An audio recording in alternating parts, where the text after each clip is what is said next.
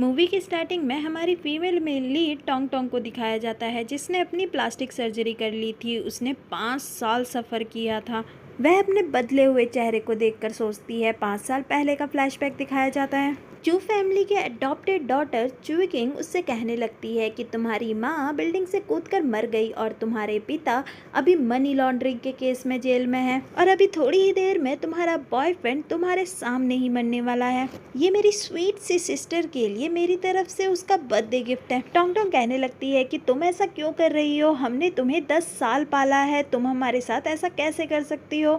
चू क्विंग कहने लगती है कि मैं हमेशा के लिए चू फैमिली का कुत्ता बनकर तो नहीं रह सकती ना। जिस दिन मैं पहली बार चू फैमिली में आई थी उसी दिन डिसाइड कर लिया था कि मैं तुमसे तुम्हारा सब कुछ छीन लूंगी। वह कार में आग लगा देती है और जोर से कार ब्लास्ट होती है। टोंग टोंग चिल्लाने लगती है, पाइन पाइन। चू किंग कहने लगती है कि तुम चिंता मत करो, मैं जल्द ही तुम्हें भी उसी के पास भेज दूंगी, और उसे पानी में फेंक देती है। करंट में टोंग टोंग अपने नए चेहरे और नए नाम जू जुनहाओ के साथ दोबारा वापसी करती है अपना बदला लेने के लिए। जुनहाओ चू क्विंग के ही कंपनी में अप्लाई करती है। पाइजन उसका इंटरव्यू लेते हुए कहता है कि तुमने स्टैनफोर्ड यूनिवर्सिटी में साइकोलॉजी पढ़ी है और वहाँ पर 2 साल काम भी किया है, तो यहाँ पर इंटर्नशिप के लिए क्यों अप्लाई किया? इसका मतलब तुम अच्छे से काम नहीं करती। तुम्हें इंटरव्यू में बैठने भी किसने दिया? जुनहाओ ने पाइजाओ के बारे में पहले ही इन्फॉर्मेशन निकाल ली थी। वह पाई ग्रुप का सबसे बड़ा लड़का था और चू क्विंग का फियांसे था, पर दोनों के बीच में 1 मिनट भी नहीं लगती थी, पर स्टेटस के चक्कर में दोनों एक साथ थे। पाइजाओ की एक कमजोरी थी, चापलूसी। जुनहाओ बड़े प्यार से पाइजाओ को ड्रिंक ऑफर करते हुए कहती है कि आप इंटरव्यू लेते लेते थक गए होंगे ना, मुझे पता है कि मेरी एबिलिटी बहुत ज्यादा है और मैंने यूएसए में काम भी किया हुआ है। मेरे यहाँ आने की वजह सिर्फ आप है। मैं आपको बहुत ज्यादा एडमायर करती हूँ, मैं आपकी तरह बनना चाहती हूँ, इस वजह से यहाँ पर आई हूँ।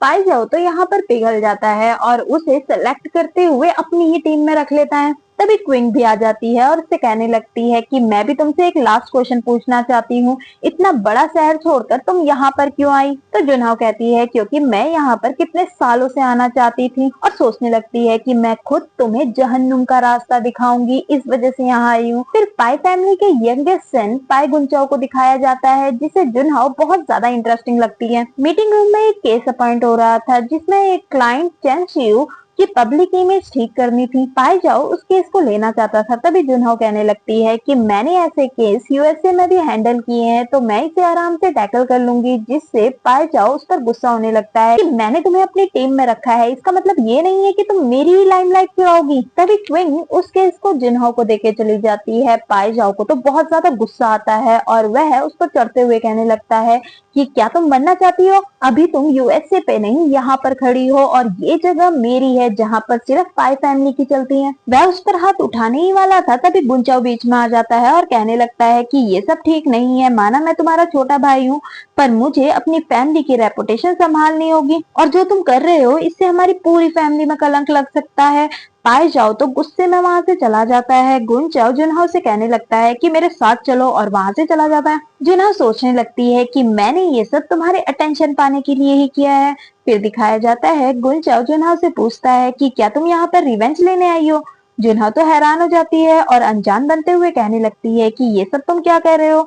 तो गुंचाओ कहने लगता है कि तुम किसी से भी बदला ले सकते हो, चू क्विंग को छोड़कर। वैसे तुम रिवेंज लेने किससे आई हो? जुनहाओ सोचने लगती है कि मैं इसे अपना प्लान नहीं बता सकती, पर मैं इसका इस्तेमाल कर सकती हूँ क्विंग को हराने के लिए। और कहने लगती है क्यों? वैसे क्या तुम्हें भी बदला लेना है? क्या तुम पाइजाओ से बदला लेना चाहते हो?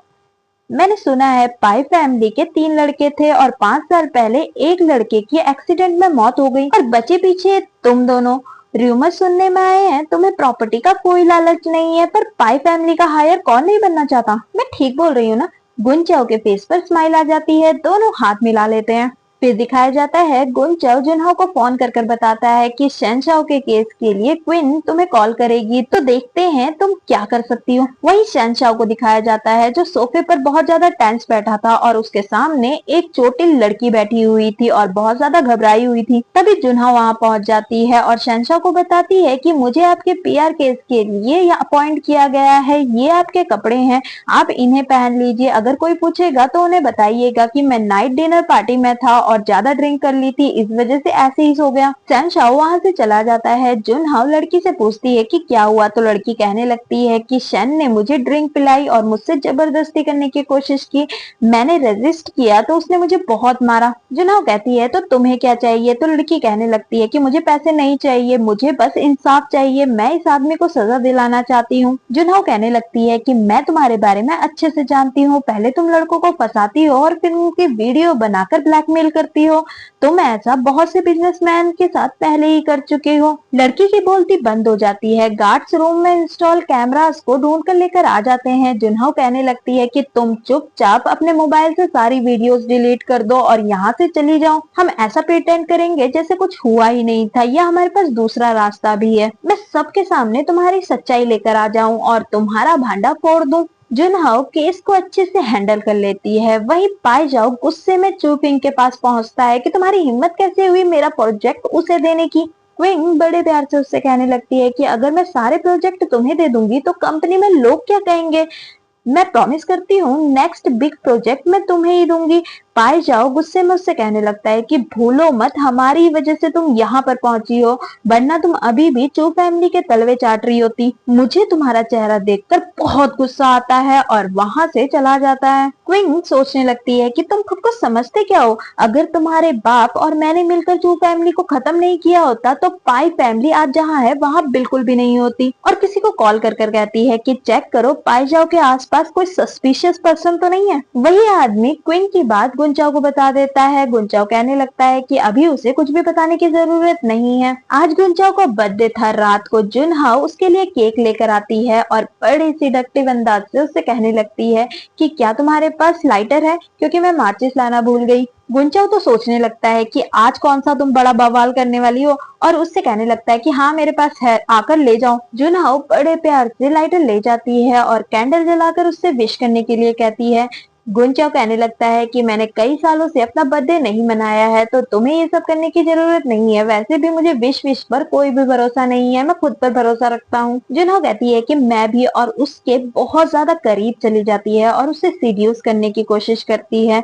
तभी गुंचाओ उसके करीब जाकर कहता है कि अब वक्त है पाई जाओ की मिस्ट्रेस से मिलने का। फिर दिखाया जाता है जुनहो को एक्सीडेंट का सपना आता है जिसमें वह एक लड़के के साथ थी, और ये और कोई नहीं पाई फैमिली का थर्ड सन पायन था।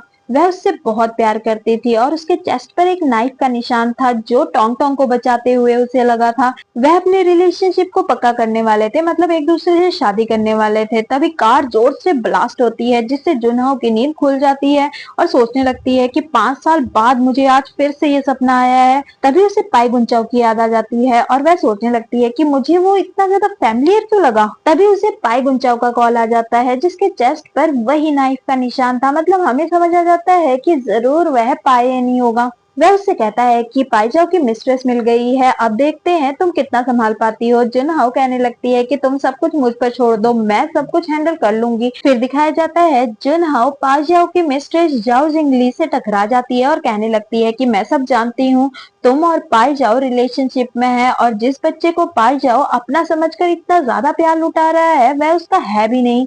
वह तुम्हारा और तुम्हारे एक्स चैनशियू का है जो हर महीने तुम्हें ब्लैकमेल कर कर 50,000 युआन मांगता है। जिंगली कहने लगती है तुम्हें क्या चाहिए। गुंचाओ कहती है कि जैसा मैं कहूँ तुम्हें वह करना होगा।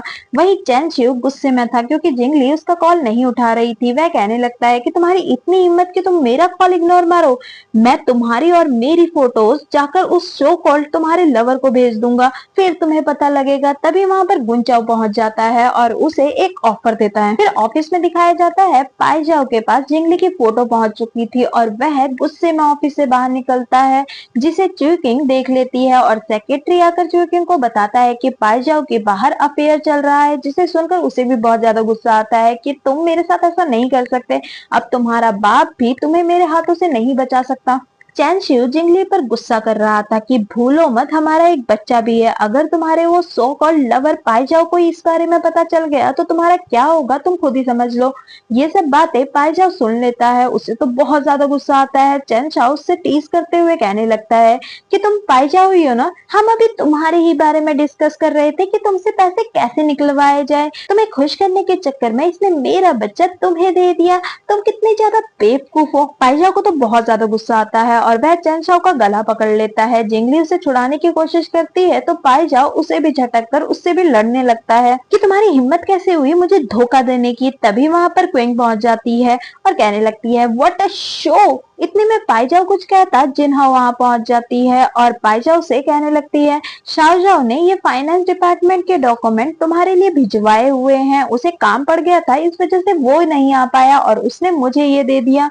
पाइजाओ तो हैरान हो जाता है कि तुम्हें कैसे पता कि मैं यहाँ पर हूँ। जुनहो कहती है कि शाओजाओ ने बताया और सोचने लगती है। फ्लैशबैक दिखाया जाता है। गुनचाओ जुनहो से कहता है कि रूफटॉप पर तुम्हें एक आदमी शाओजाओ मिलेगा, वह तुम्हें एक फाइल देगा और तुम उस फाइल को जाकर चूक्विंग को दे देना, इससे तुम्हारा दुश्मन हमेशा हमेशा के लिए गायब हो जाएगा। और ये यहीं पर खत्म होता है। आप लोग मुझे कमेंट बॉक्स पे लिख के बताइएगा कि अगर आपको सेकंड पार्ट चाहिए होगा तो। तब तक के लिए bye, see you, take care.